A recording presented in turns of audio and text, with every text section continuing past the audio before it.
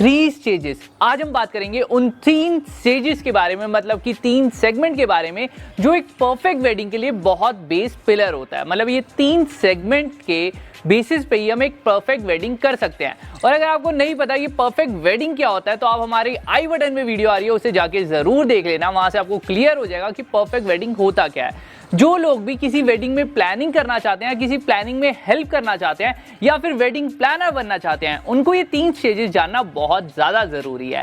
तो आज हम बात करेंगे उन्हीं 3 स्टेजेस के बारे में। और जिनको नहीं पता ये क्या चल रहा है, मैं बता देता हूं।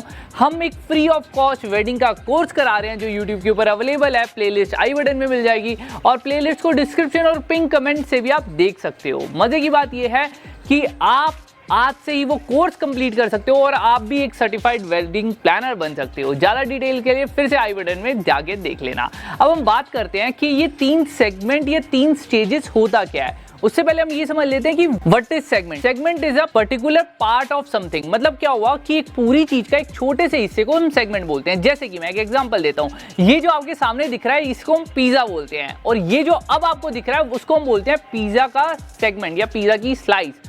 ऐसे ही वेडिंग प्लानिंग पूरा प्रोसेस 3 सेगमेंट में बटा हुआ है, और इन तीनों सेगमेंट को जब हम अच्छे से अलाइन कर देते हैं तो हम बोलते हैं एक परफेक्ट वेडिंग।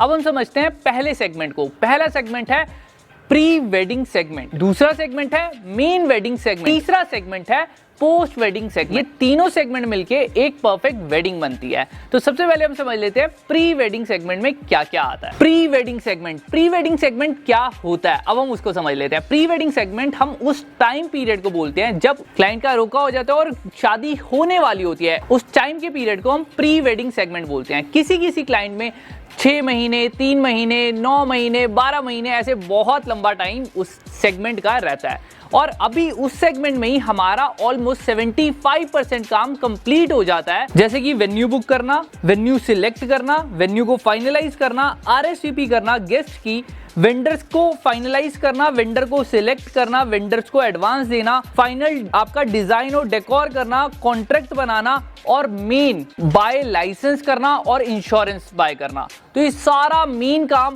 हमारा प्री वेडिंग सेगमेंट के अंदर होता है। ऑलमोस्ट 75% काम वहीं पे हो जाता है। और जब ये सारा काम हो जाता है प्री वेडिंग सेगमेंट के अंदर, तभी एक मेन वेडिंग सेगमेंट बहुत अच्छे से पॉसिबल हो पाता है। क्योंकि ये सारा काम अगर पहले से होगा तब on the day of event बहुत इजीली काम हो पाएगा। अब हम बात कर लेते हैं मेन वेडिंग सेगमेंट क्या होता है। मेन वेडिंग सेगमेंट हम उस टाइम को बोलते हैं जब हमारा पहला हल्दी का फंक्शन शुरू होता है और हमारा लास्ट विदाई का फंक्शन चल रहा होता है। उसके ड्यूरेशन ऑफ द टाइम में बहुत सारी चीजें चल रही होती है, उसको हम बोलते हैं main wedding segment. Main wedding segment जो होता है वो बहुत ज्यादा स्ट्रेसफुल होता है। क्यों? क्योंकि उसमें 24/7 आवर्स काम कंटिन्यूसली चल रहा होता है। कैसे चल रहा होता है मैं बता देता हूं। मान लो रात में प्रोडक्शन चल रहा है तो दिन में आपका इवेंट का फंक्शन चलेगा। मान लो कोई एक जगह पे इवेंट का फंक्शन चल रहा है, दूसरी जगह पे अगला फंक्शन चलेगा तो वहां पे प्रोडक्शन चल रहा होगा। ये इसलिए फ्लोलेसली पॉसिबल हो पाता है क्योंकि हर डिपार्टमेंट के पास एक पर्टिकुलर काम होता है। और इन सिंपल टर्म्स अगर मैं बताऊं, मेन इवेंट में नींद आंखों की उड़ी होती है, स्ट्रेस लेवल बड़ा होता है और पूरे ड्यूरेशन ऑफ द टाइम काम चल रहा होता है, तब जाके एक अच्छी वेडिंग या परफेक्ट वेडिंग पॉसिबल हो पाती है। और एज एन एक वेडिंग प्लानर या जो आप वेडिंग प्लानर बनना चाहते हो तो आपको ये पूरा क्लियर होना चाहिए कि जब आप मेन इवेंट में काम कर रहे होगे तो आपको ये नहीं देखना कि आपने अपना खाया, कितना सोया। बस एक चीज होता है कि सारी चीजें टाइम से हो रही है या नहीं हो रही।